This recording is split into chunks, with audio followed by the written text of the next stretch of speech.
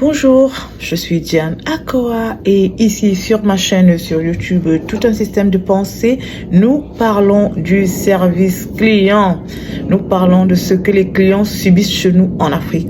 Nous parlons de la mauvaise mentalité qui s'est installée dans notre continent, le mauvais rapport entre les business et les clients, la maltraitance que les clients subissent chez nous en Afrique, les humiliations, les agressions, les rabaissements, les abus en n'en point finir dont les clients sont victimes chez nous en Afrique. Moi-même, j'ai été victime. Vous avez été victime parce que chacun de nous ici, vous qui m'écoutez, vous avez tous une ou plusieurs histoires macabres de ces rapports avec les différents business, surtout commerciaux, ces business qui génèrent des bénéfices, des différents services, que ce soit public ou privé. Vous avez tous une histoire à raconter. Alors, si vous êtes nouveau sur ma chaîne, abonnez-vous, activez la cloche de notification pour ne rater aucune de nos vidéos. Mettez le pouce, likez nos vidéos pour booster notre travail, pour apprécier notre travail. C'est pas compliqué, hein. Vous appuyez juste sur le pouce qui est debout et vous likez la vidéo. Mettez des commentaires, échangez des idées. Venez partager vos expériences, c'est très important. Ici, nous n'avons pas la science infuse, nous sommes dans un partage. Alors, aujourd'hui, je voudrais parler encore et encore du service client chez nous en Afrique, de comment est-ce que les clients sont traités. Ok, c'est quelque chose, d'aucuns diront, mais bon, elle parle, bon, c'est là, et puis voilà, ça va de soi. Non, ça ne va pas de soi. Parce que même notre économie est menacée. Pour que l'Afrique décolle, il faut que l'économie décolle. Il faut que les business décollent. Et pour que les business décollent, il faut que les business changent leur façon de faire. Il faut que les business locaux changent leur façon de faire. Et qu'ils sachent, qu'ils intègrent que la source, l'essence même de leur activité, ce sont les clients. Et les clients sont très, très maltraités. Je pèse mes mots, je n'essaye pas d'atténuer quoi que ce soit. Parce qu'en fait, il n'y a rien à atténuer. Les clients sont maltraités. Les clients sont... je ne sais pas si je suis allée quelque part chez nous en Afrique, dans un service, que ce soit privé, que ce soit public, que ce soit un établissement commercial, et que il n'y ait pas eu, soit à mon endroit, soit à l'endroit d'une autre personne, des heurts avec le personnel, les gens qui sont censés servir. Et comme je l'ai toujours dit, quand on vient dans un business, quand on a un business, quand on est à un endroit où on doit interagir avec les gens, où on doit rendre service à des gens d'une manière ou d'une autre, il faut aller avec cet état d'esprit de servir. Si vous n'avez pas cet état d'esprit de servir, vous n'êtes pas à votre place. Vous avez fait le mauvais choix, vous devez chercher autre chose à faire. Vous devez servir, vous devez avoir cet altruisme-là, vous devez pouvoir manifester cette empathie-là. C'est beaucoup d'empathie. Il faut avoir de l'empathie. Il faut se mettre à la place de l'autre et se dire, si moi j'étais là, qu'est-ce que j'aimerais qu'on fasse pour moi? Quand vous serez capable de répondre à cette question pour vous-même, vous allez voir que vous aurez une vision différente des choses. Alors aujourd'hui, je voudrais évoquer le problème du personnel. Le personnel dans les business. Je vais beaucoup plus prendre le cas des entreprises commerciales. Le personnel, les personnes que vous employez. Vous savez, la plupart du temps, parfois, les propriétaires même de ces entreprises sont des personnes assez bien, qui comprennent le business, qui comprennent le rapport avec les clients et qui sont même à même de bien gérer ce rapport avec les clients. Mais comme ils ne peuvent pas être partout, surtout quand le business est un peu élargi, ils mettent d'autres personnes en charge de ces clients. Et c'est là où le bas blesse. C'est là où les catastrophes commencent. Parce que généralement, j'ai constaté que les personnes qui sont recrutées à ces endroits-là ne sont pas souvent formées. Et même si elles sont formées, il faut savoir qui les forme et avec quel et dans quel état d'esprit on les forme. Toujours est-il que le résultat est des plus macabres, déplorables, à souhait. Alors, ce personnel, moi, je m'adresse à ces gens qui travaillent dans des services commerciaux, dans des établissements commerciaux, et même dans d'autres services où on ne vend pas forcément des biens, les prestataires de services, tous ces gens-là, que ce soit public ou privé. Écoutez, il faut que vous appreniez à dissocier les choses. Il faut que vous sachiez faire la part des choses. Quand vous êtes à un endroit où vous avez affaire à une clientèle, vous devez pouvoir dissocier les choses. Quand vous avez vos problèmes, vous avez vos soucis, tout le monde en a et c'est normal. On comprend, tout le monde a des situations, des choses qui peuvent vous arriver dans votre environnement direct.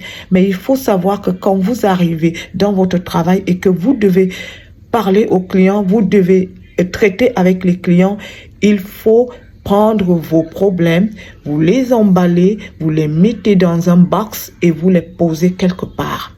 Ok?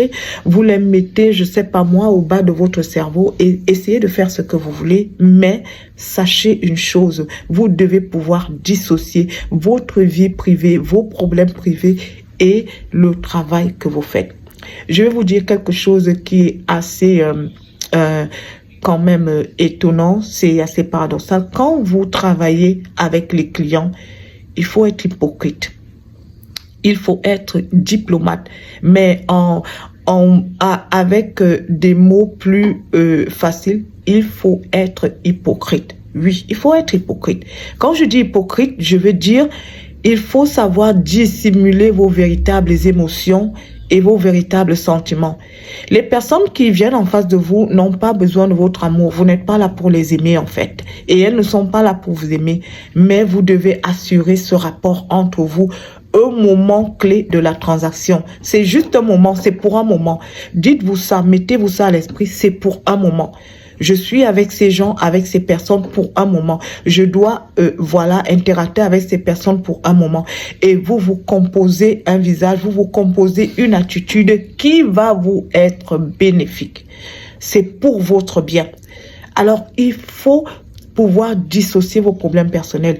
Si vous êtes sorti de chez vous et que vous êtes en colère, votre partenaire vous a fait un truc, vos enfants, je ne sais pas moi, vos amis, les membres de votre famille, gardez ça là-bas. Quand vous arrivez, composez-vous un visage, souriez, parlez, faites votre travail.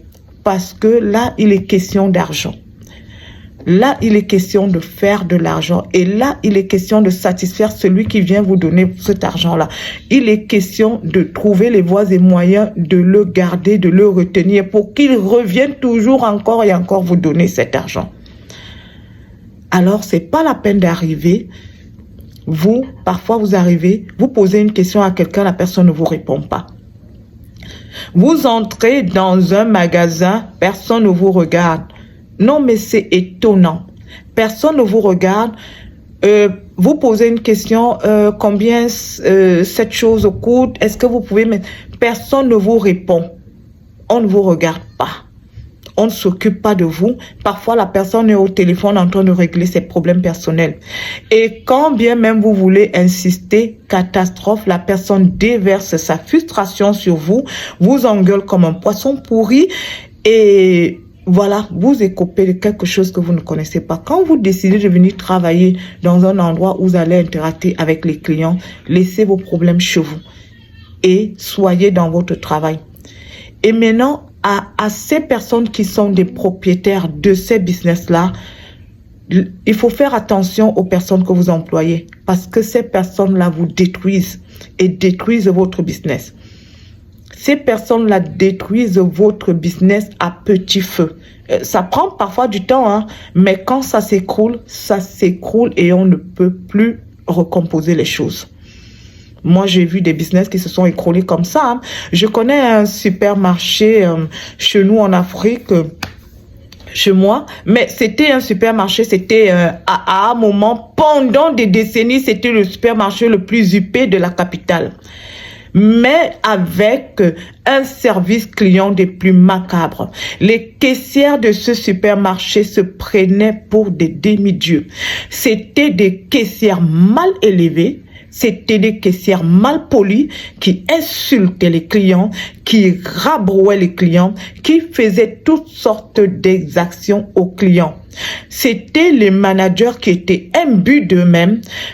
Je vous dis, c'était un supermarché où tous ceux qui sont entrés sont ressortis avec une histoire macabre. Il y avait des gens même qui avaient peur, hein, qui n'osaient pas aller là-bas, hein, parce qu'ils se disaient, bon, voilà, c'est pas à mon niveau. Pourtant, il y avait des choses qui étaient à leur niveau qu'ils pouvaient acheter, mais seulement quand vous alliez là-bas, et surtout si on vous regardait et qu'on se rendait compte que voilà, vous n'êtes pas dans les normes de la high society, vous ne ressemblez pas à un riche, vous ne ressemblez pas à quelqu'un voilà qui est dans la haute classe, mais on vous la faisait belle là-bas.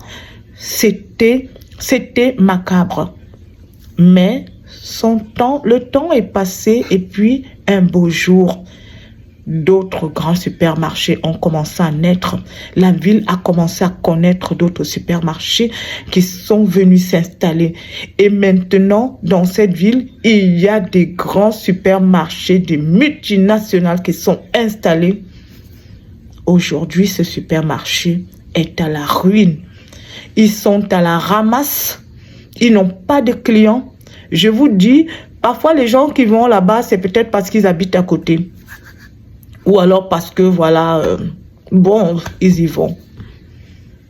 Mais ils ont perdu leur clientèle à la première seconde. Je vous promets, le premier supermarché qui est venu et qui s'est érigé en concurrent leur a arraché plus de 70% de leur clientèle.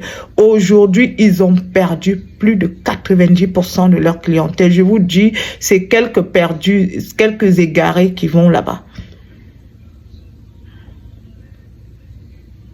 Alors, il faut faire très attention parce que c'est une destruction qui va crescendo. Elle va pas à pas. Et je vous dis, le jour où vous vous écroulez, il n'y a rien pour vous relever. Faites attention, on bâtit sa notoriété, on bâtit sa clientèle. Et quand on a déjà une clientèle affermie, il n'y a pas la moindre concurrence qui puisse vous renverser. Prenez soin de vos clients, c'est important. Et à vous les propriétaires de business, recrutez des personnes formées, recrutez un personnel formé. Je vais faire une autre vidéo là-dessus, exclusivement sur le recrutement du personnel dans ce genre de truc pour que les clients soient bien traités. Parce que moi, mon souci ici, c'est les clients. Moi, mon souci, c'est les clients. Les clients en ont marre. C'est le ras-le-bol. Les clients en ont marre. On n'en peut plus. On n'en peut plus de ces abus. Alors, il faut recruter des personnes qui peuvent bien travailler, des personnes qui peuvent vous garantir un bon rendement dans votre business. Il ne faut pas recruter des personnes sur la base des connaissances, des liens de famille, des liens d'amitié. C'est des bases faussées en fait. Quand vous avez un business et que vous êtes sérieux dans ce business, c'est des bases faussées. Il faut recruter un personnel formé et bien formé au service client. Parce que quand vous perdez vos clients, vous avez perdu le business. Il n'y a pas un autre calcul. Vous perdez les clients, vous avez perdu le business. Et quand vous blaguez avec vos clients, le jour où un concurrent va arriver et qu'il va seulement faire quelque chose de différent, qu'il va seulement bien traiter vos clients, vous êtes foutus. Il n'y aura rien pour vous sauver. Le désastre sera total. Alors, c'était ça pour ma vidéo de ce jour. Si vous avez aimé, comme toujours, likez, mettez des commentaires, partagez vos expériences. Si vous connaissez des choses similaires, des histoires similaires, partagez. Dites-nous ce que vous pensez. Dites-nous en commentaire ce que vous pensez de ce que nous faisons ici. Et voilà, likez la vidéo, abonnez-vous et surtout, en bon entendeur, appliquez seulement.